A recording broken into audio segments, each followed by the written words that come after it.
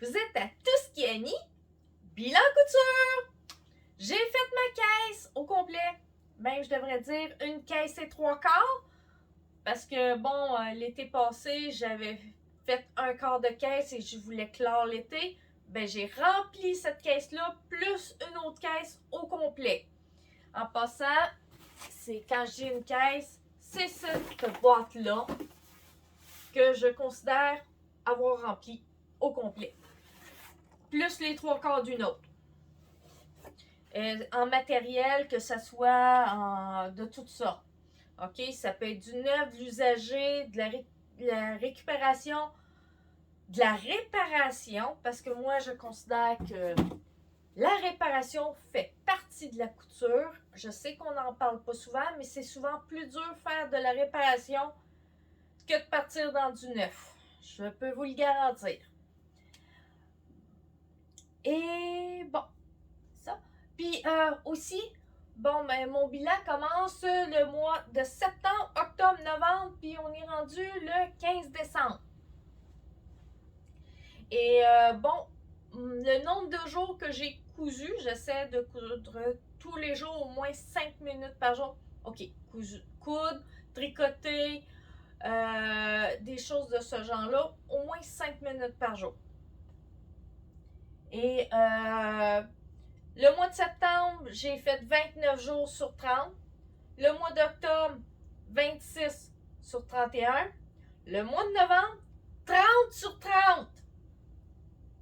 Le premier de l'année que j'ai fait un 100%, mon premier mois, ben, il faut que ça soit l'avant-dernier. Et le mois de décembre, à date, c'est bien parti. On est le 15 et j'ai 15 jours de couture. Ça s'en vient bien. Je pense à moi un peu. C'est peut-être pas toujours de la couture égoïste, mais c'est de la couture pareille.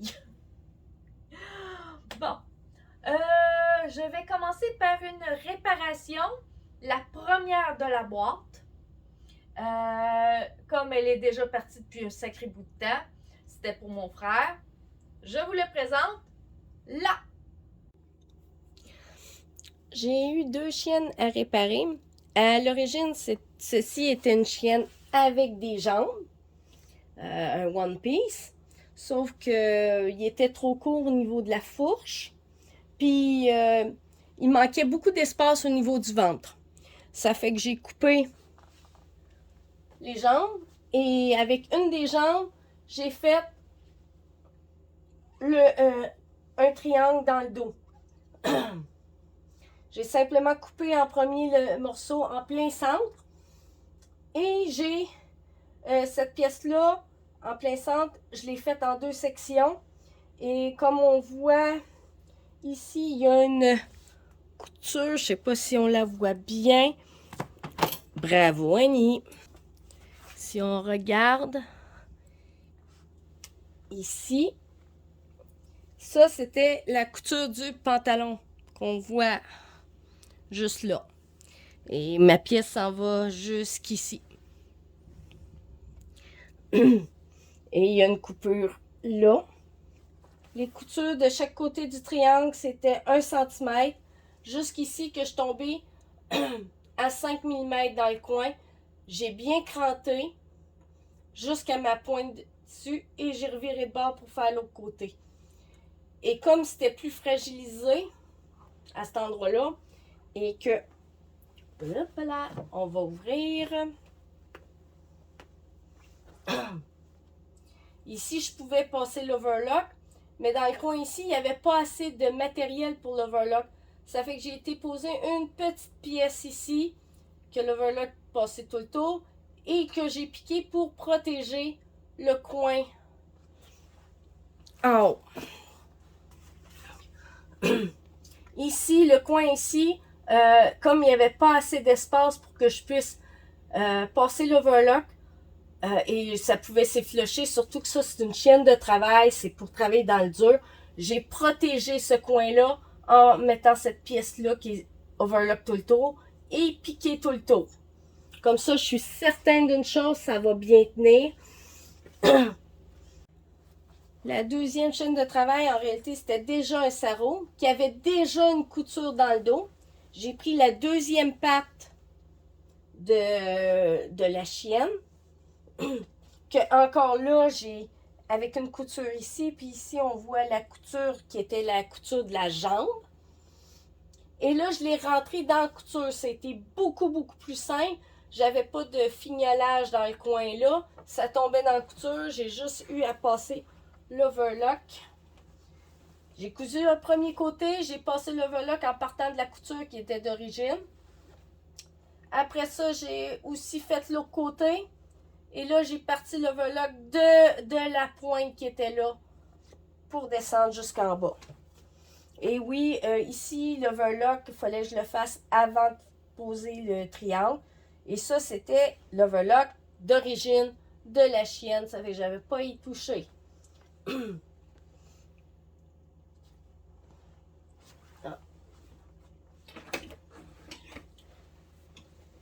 Bon. Dernière chose pour la chienne qui a été transformée en sarrau. À l'origine, il y avait un zip, mais il y avait un stopper. Ça fait que on a scrappé le zip et il a fallu que je rajoute des petits empiècements pour continuer le bas. Comme vous voyez, j'ai continué les empiècements pour que ça fasse quand même propre. Mais comme il n'y avait plus rien pour attacher, à part les deux premiers boutons qu'on voit ici, là, les deux d'en haut, ça c'est ceux qui étaient déjà là. Les autres, les trois blancs, c'est moi qui les ai rajoutés. Et oui, c'est un de ces trois boutons-là que j'ai mis à l'envers, que j'ai défait. C'est pour ça que j'ai fait la petite vidéo comment défaire un bouton pression de cette sorte-là et comment c'était facile à faire. Et il y a aussi un autre pantalon que j'ai fait.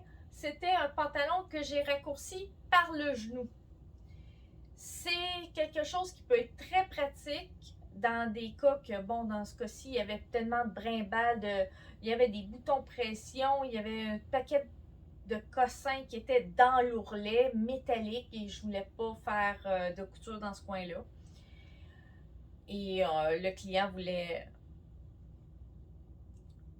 garder toutes ces petites choses. Ça fait que ça a été cousu, raccourci par le milieu, qui veut dire par le genou.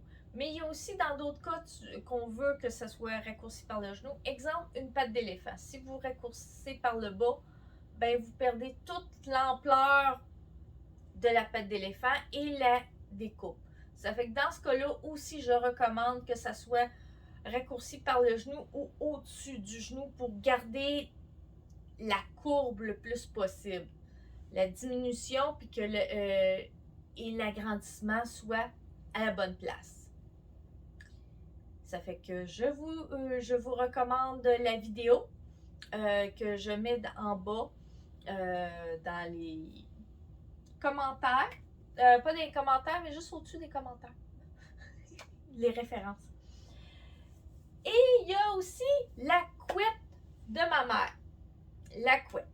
Il y a une partie qui était réparation, qui était l'ancienne couette que j'ai dû réparer parce qu'elle était un petit peu maganée. Que voulez-vous? Et il y a la partie que là, c'était à moitié neuf, à moitié du tissu récupéré. Puisqu'il y avait eu un petit... Ma mère... c'était un petit problème, on trouvait rien en magasin qui faisait son bonheur. Elle a juste trouvé des rideaux qui étaient de la bonne couleur qu'elle voulait. Ça fait que, bon, j'ai acheté 4 sets de rideaux, dont 2 ont fait la couette, plus le dessus de la couette, et le dessous, c'était d'autres rideaux, que ça, c'est mon beau-père qui me les a donnés, et que j'ai taillé pour qu'il soit l'endos, qui est super beau. Et elle les apprécie énormément, et la chatte de ma mère aussi. On est rendu 3 couettes, ça. Bon, le boléro. On a fait un boléro. Ça, j'ai pas fait de vidéo dessus. Pas du tout. Parce que, bon, c'était un... Il est réussi, mais c'est un flop en même temps. C'est les deux à la fois. Ça a commencé de manière chaotique. Et ça finit aussi chaotique. Je peux vous le dire. Ma mère, bon, elle fait de l'Alzheimer et ça a l'air qu'elle a ouvert, refermé plusieurs fois le même patron. Mais il y a un bout de patron qu'elle a mis à part parce que c'est celui-là qu'elle avait besoin, mais elle s'en rappelait pas, puis elle l'a rouvert à un autre endroit. Puis là, elle dit, je trouve pas mon patron, puis c'est ça que je veux faire, absolument. Je regarde ce qu'il y en est, je le vois pas, je regarde un peu dans la maison, mais je l'ai pas vu à ce moment-là. Mais comme c'était deux rectangles que tu venais coudre dans le dos, ben, j'ai dit, bon, ben, je vais le faire. Je prends une mesure sur ma mère, quel était le dos, la longueur du dos qu'on devait prendre, puis la longueur des manches, plus un peu plus long, puis avec les modifications qu'elle voulait avoir, parce que le patron à l'origine, le boléro finissait au niveau du coude. Mais elle le voulait long, mais pas la largeur qui était là. Mais bon, on a fait... je pense que je vais aller chercher le boléro, ça sera moins compliqué. Bon, j'ai la petite veste avec moi. Toute bien finie. Bon, pour l'histoire des poignets, elle trouvait que grand c'était trop encombrant, puis un élastique aurait été trop encombrant. Et ça aurait fait une boule puis qui aurait accroché partout. Et ça fait qu'on on a mis 3 élastiques. Avec un petit frison sur le bord, un élastique d'un quart de pouce qui est à peu près 1 cm. J'ai laissé un bon pouce sans élastique et j'ai remis un autre élastique, un bon pouce, un autre élastique. J'ai fait ça, ça fait un large poignet et qui fait quand même chic. Puis après ça, parce que ça c'est la partie à l'intérieur là, ben j'ai laissé, je dis bon ben ça sera fini puis j'aurai pas besoin, si je fais juste un 5 mm de marge de couture, j'aurai pas besoin de le retailler puis ça sera clean. Erreur de ma part. J'aurais jamais dû. Alors, c'était clean, c'était beau. Ma mère arrive pour l'essayer. Avant que je fasse le rebord ici, le rebord tout l'attaché, là, pour que ça soit fini. J'ai fait essayer. Elle dit, c'est pas chaud dans le dos, mais c'est chaud au niveau des poignets. Je dis, qu'est-ce que tu veux, maman? Ben, c'est pas correct, ça. Quoi, t'es-tu en train de me dire que tu le veux doubler? Oui. Une incruste. C'est pour vous dire, jusqu'à cette étape-là, c'est ma mère qui avait tout cousu elle-même. C'était ça. Puis pour la suite, j'ai pas laissé ma mère coudre, c'était un peu trop compliqué. Même moi, j'avais de la misère à me retrouver. C'était un petit peu plus touché, disons. Ça fait que mon petit rebord de 5 mm,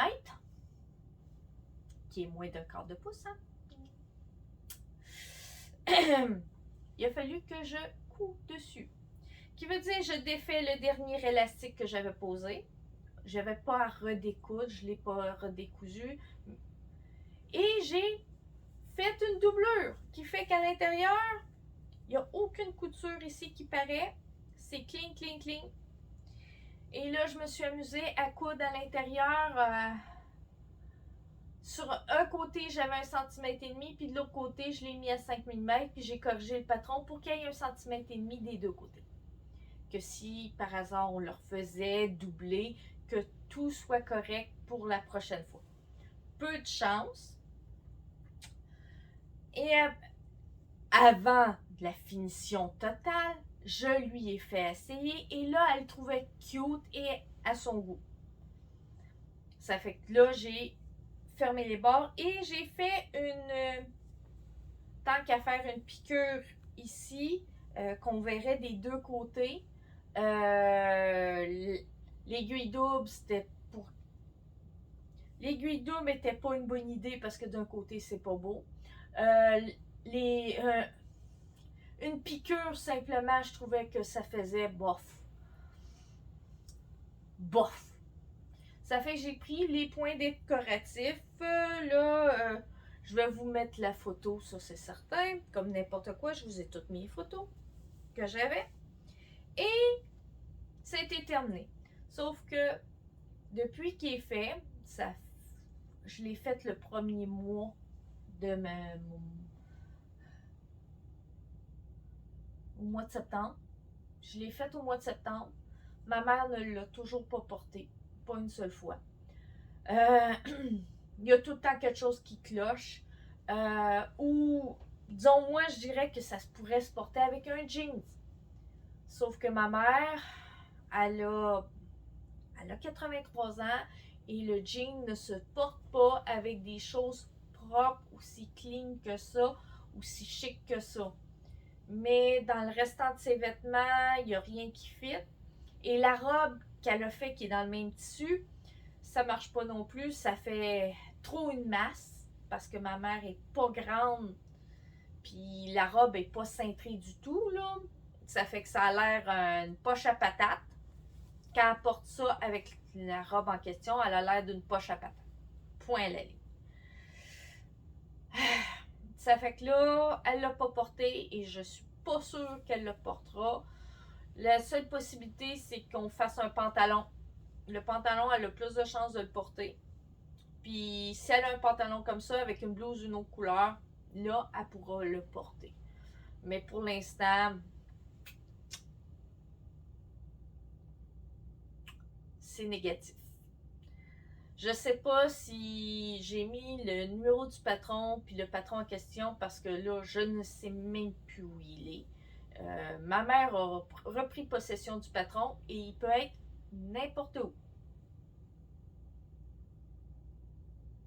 Vraiment n'importe où. Une incruste. On a retrouvé le patron perdu dans la maison. Et on l'a retrouvé quand j'étais rendue à la dernière surpiqûre, la piqûre décorative.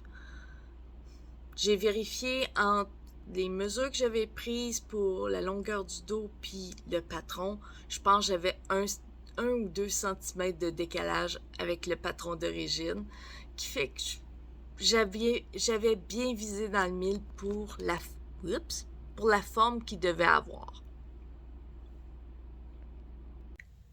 Vue de l'intérieur. Comme ma mère est de temps en temps un peu difficile pour l'ajustement, que ça soit correct, je me suis organisée d'avoir toujours accès aux élastiques par l'intérieur. Qui veut dire quand on a cousu ce petit bout-là, on a cousu, arrêté de coudre pour laisser un trou, coudre, un pouce et quelques, laisser un trou pour l'élastique, cousu, et laisser un trou pour l'élastique. Puis quand j'ai fait la doublure, ça c'est ce qu'on voit ici, c'est la doublure, j'ai juste défait l'élastique pour avoir le plus grand possible pour être capable de fonctionner. Puis ici, il y avait à peu près 5 mm sur le bord, qui veut dire j'ai cousu à peu près à la moitié, à 2 mm et demi à des places parce que j'étais un petit peu loin. Et il n'y avait plus grand espace. C'est cousu sur le bord, pas à peu près. Disons que faudrait que je coupe ça et leur rentrer par l'intérieur le petit bout qui reste.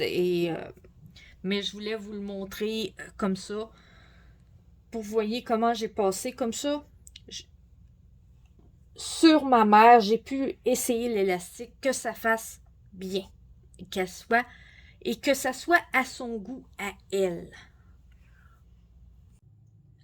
On est rendu la cousette de mon fils. Un petit porte-monnaie avec 2 petits porte-cartes à l'intérieur. C'est un tuto très facile qu'il y avait sur Internet. Je vais mettre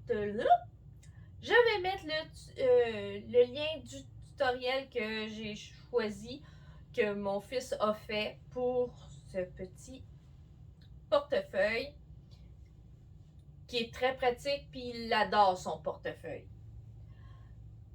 Pour un pantalon de bébé maintenant, j'en ai fait un. Il est déjà donné. J'avais un modèle que la maman désirait. C'était un modèle, il fallait qu'il fasse des grosses fesses. Et dans la photo, il y avait une découpe. Ça fait que quand j'ai choisi, il y avait des patrons gratuits, il y avait des différents patrons. Mais j'ai choisi un patron qui était 12$, mais il faisait de 0 à 5T. J'ai dit, bon, ben, je l'ai pour un sacré bout de temps. Je pourrais y faire des pantalons au fur et à mesure, puis qui va grandir. Et comme ça, c'est des petits morceaux. Et ça me permet de passer mes restants. Et bon, le premier, il est cute. Le bêta testé. J'ai pas fait avec toutes les découpes. Parce que, bon, ce modèle-là, il peut avoir, ne pas avoir de découpe.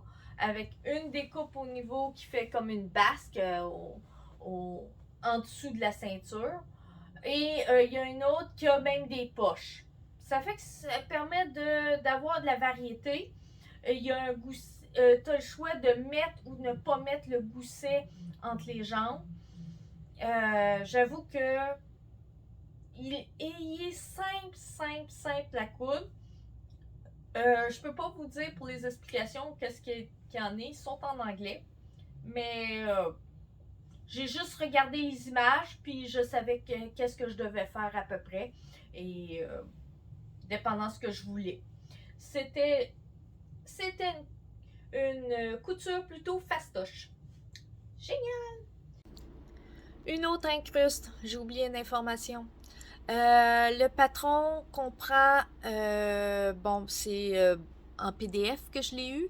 Je sais pas si c'est fait en format pochette, mais en PDF, il y a le format lettre, le format A0 et le format projecteur, qui peut être très intéressant. Ça fait que, amusez-vous! 6, on est rendu mes boxers! Boxers. Bon, j'en ai fait 3. J'avais dit que j'en ferais pas d'autres dans la vidéo et j'ai fait une vidéo après que je disais j'ai menti. Il y en a un autre de commencer. Il n'est pas encore terminé, mais d'ici que j'ai fini la vidéo présentement, ben celui-là risque d'être terminé d'ici là. Parce qu'il est quand même avancé, je suis rendue, il me reste juste l'élastique. Ça se peut même qu'aujourd'hui soit fini. On est rendu, je pense, le 17 ou le 18. Plus sûr. Faudrait que je vérifie. Alexa, quelle date on est? Aujourd'hui, nous sommes le samedi 17 décembre 2022, le 351e jour de l'année. Bon, on est le 17. Ça fait que il me reste juste l'élastique. Ça se peut même aujourd'hui qu'il soit fini. Bon, j'ai fait une modification à ce patron-là parce que moi, j'ai une bonne paire de fesses bien rebondies et les reins creux. Ça fait qu'il a fallu que je rajoute du matériel dans le dos. J'ai une vidéo comment je fais ça pour s'il y en a d'autres qui ont le même problème que moi. Allez voir la vidéo. Merci! Bon. Et en passant, il y a une vidéo. C'était très facile. les explications, la vidéo qui montre de comment faire le boxeur, c'est une vraie perle. Suivez-le en confiance. Moi, il y a quelques étapes que j'ai changées parce que, bon, je travaillais sur 3 machines à coudre et ma double aiguille, et j'ai une machine à coudre que j'ai mis à double aiguille dessus, puis je faisais juste les étapes de double aiguille, qui fait que je fais pas toutes les doubles aiguilles en même temps. Je le fais dans un autre ordre, là. Je pourrais pas vous dire. Ma première étape de double aiguille, je le fais avant la partie de la jambe.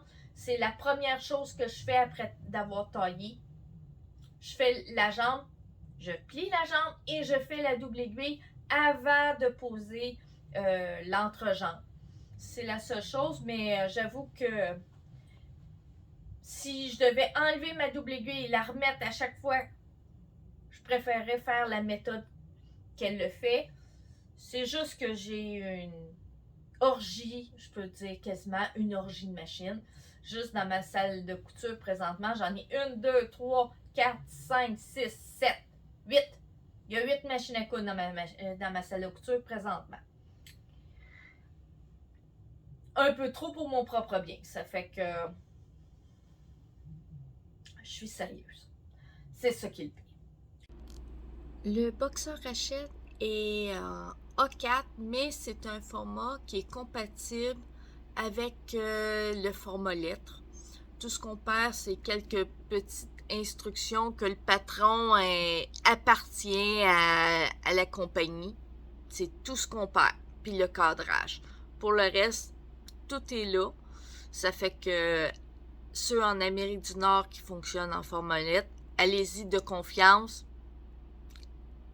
C'est parfait. J'avais complètement oublié ma nouvelle paire de bas que j'adore. De Ellie & Mac. Patron est en format lettre. Je me rappelle pas s'il était en d'autres formats, mais il est en anglais. Mais il se fait très très bien. Moi, la grandeur au niveau du mollet faisait très bien, mais je sais que pour certaines personnes, il a fallu qu'ils fassent des agrandissements au niveau du mollet. Je vous mets en référence une autre personne qui en fait une trolley, c'est le cas de le dire. Je vous la mets en référence et je peux vous dire, allez-y en confiance pour ce bas-là. On est très bien dedans. Maintenant, on est rendu... Oh, le foulard de ma maman! Oui, le foulard de ma maman! Bon, je sais pas où il est passé. C'est aussi une couture qu'on ne sait pas si ma mère va le porter ou non. Je sais pas où elle l'a mis. Et j'avoue qu'il s'est bien cousu. Ma mère n'ayant plus beaucoup de dextérité, ça s'est quand même bien fait. C'était un petit peu compliqué à comprendre comment le patron était... comprendre le patron parce que la pliure du dessus n'était pas dans le droit fil, mais dans le biais du dessus. Ce qui est pas toujours, c'est pas la norme habituellement. C'était ça qui était le plus difficile à catcher parce que côté explication était extrêmement minimaliste. Mais c'est un tendance couture, c'est du simplicité. C'est les explications standards. Mais ça s'est très bien fait et ça s'est très bien cousu. La prochaine fois, je penserai peut-être plus à le doubler. Si le dessus et le dessous ne sont pas aussi beaux un que l'autre, je préférerais le doubler. À part ça, dans le reste...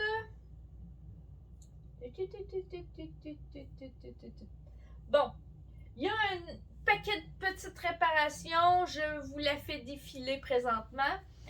Des bords de pantalon, des ourlets qui ont lâché, des boutons manquants qu'on a rajoutés. zip de manteau. Ah oui, ça c'est un zip de manteau. Et il y a le zip de manteau, que lui c'est au marteau qu'on répare, on répare ça. Vous savez, un zip de manteau que quand on arrive pour le rentrer, puis vous zippez, puis ça zippe pas pantoute, là. Le truc, c'est que la partie du zip, c'est ouvert. Il est pas. Les deux parties, la partie du bas et du haut du curseur, sont plus parallèles. Il y a un côté qui s'est levé. Le truc pour arranger ça, c'est un petit coup de marteau pour réussir à remettre ça parallèle. Et le tour est joué. C'est bon pour un petit bout. Mais quand il commence à faire ça, à rouvrir, dites-vous, il est rendu fragilisé, qu'à la longue, il t'offrira pas longtemps. Mais, au moins, ce manteau-là, je n'ai pas eu à le remplacer, le zip, du moins cette année. Je devrais faire l'hiver au complet sans problème. Et peut-être même l'année prochaine en y faisant un petit peu attention. Ça fait que, bon, ben, je pense que j'ai passé à travers toute ma liste. Là, je regarde. C'est pas mal tout. Ouais! Ah, j'ai aussi fait une vidéo pour augmenter la capacité de rangement dans une armoire. Comme toute bonne couturière, il nous en manque toujours du rangement. Ça fait qu'il faut maximiser, et la meilleure méthode est souvent de rajouter des tablettes. Ce que j'ai fait à une armoire qui avait 3 tablettes au départ, puis là il y en a eu 5. Disons que là, c'était dans la chambre de ma mère, mais je peux vous assurer que ça se peut que je le fasse ailleurs dans la maison. Je l'ai déjà fait dans ma chambre à coucher pour avoir plus de linge. Et aussi, dans certains meubles qui ont déjà été dans ma salle de couture, que maintenant je n'ai plus parce qu'ils ont rendu l'âme. Mais le rajout de tablette est toujours un must pour aider au rangement et à l'aménagement. Ça fait que si vous avez aimé mes vidéos, un pouce en l'air et abonnez-vous. À la prochaine!